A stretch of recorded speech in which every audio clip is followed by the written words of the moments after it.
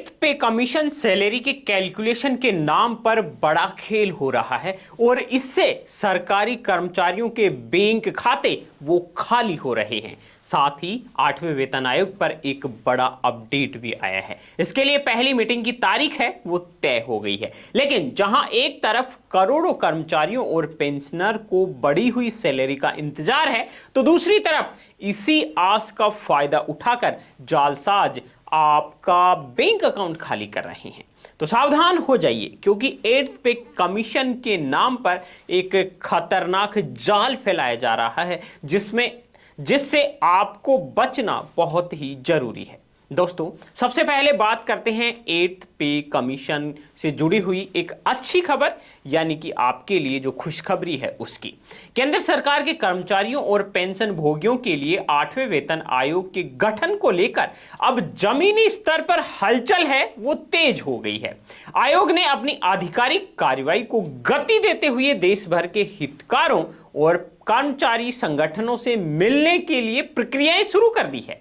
इसी कड़ी में सबसे बड़ी खबर उत्तराखंड से आ रही है, जहां आयोग की टीम आगामी 24 अप्रैल को देहरादून का दौरा करने वाली है।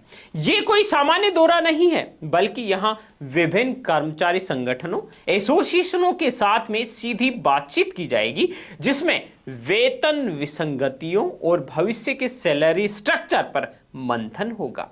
लेकिन यहां एक बहुत ही जरूरी डेडलाइन है जिसको आपको नोट कर लेना चाहिए। अगर आप या आपका संगठन इस ऐतिहासिक चर्चा का हिस्सा बनना चाहते हैं और आप अपनी बात आयोग के सामने रखना चाहते हैं, तो आपके पास केवल 10 अप्रैल तक का ही समय है। जी हां, आयोग ने स्पष्ट कर दिया है कि जो भी प्रतिनिधि या यूनियन इस मीटिंग में शामिल होना चाहते हैं, उन्हें 10 अप्रैल तक ईमेल के जरिए अपना औपचारिक आवेदन जमा करवाना होगा। याद रखिए, इस तय समय सीमा के बाद किसी भी अनुरोध पर विचार नहीं किया जाएगा। जो संगठन समय पर आवेदन करेंगे उन्हें ही मीटिंग के सटीक समय और स्थान की जानकारी निजी तौर पर दी जाएगी। दोस्तों, जहां एक तरफ आधिकारिक प्रक्रिया आगे बढ़ रही है, वहीं दूसरी तरफ इसी उत्साह का फायदा उठाकर जालसाज eighth pay commission salary calculator के नाम पर एक खतरनाक स्कीम को अंजाम दे रहे हैं। अपराधी जानते हैं कि कर्मचारी अब सक्रिय हो गए हैं, इसलिए वो सोशल मीडिया और व्हाट्सएप पर फर्जी मैसेज फैला रहे हैं। इसमें दावा किया जाता है कि एक नए सैलरी कैलकुलेटर एपीके के जरिए आप अपनी आने वाली और बढ़ी हुई सैलरी का सटीक हिसाब लगा सकते हैं। जैसे ही आप इस अनजान लिंक पर क्लिक करते हैं या फाइल डाउनलोड करते हैं, आपके फोन का पूरा एक्सेस हैकर के पास चला जाता है और आपकी मेहनत की कमाई पल भर में साफ हो जाती है। मतलब आपका बैंक अकाउंट है वो खाली हो जाता है। आपको इस बात की गंभीरता को समझना होगा कि सरकारी प्रक्रियाएं और आयोग की बैठकें अपनी एक मर्यादा में चलती है। जैसे कि देहरादून दौरे के लिए भी ईमेल के जरिए आधिकारिक आवेदन मांगे गए हैं। सरकार या आयोग कभी भी किसी असुरक्षित मतलब इनसिक्योर ऐप या व्हाट्सएप लिंक के जरिए आपसे कभी संपर्क नहीं करता।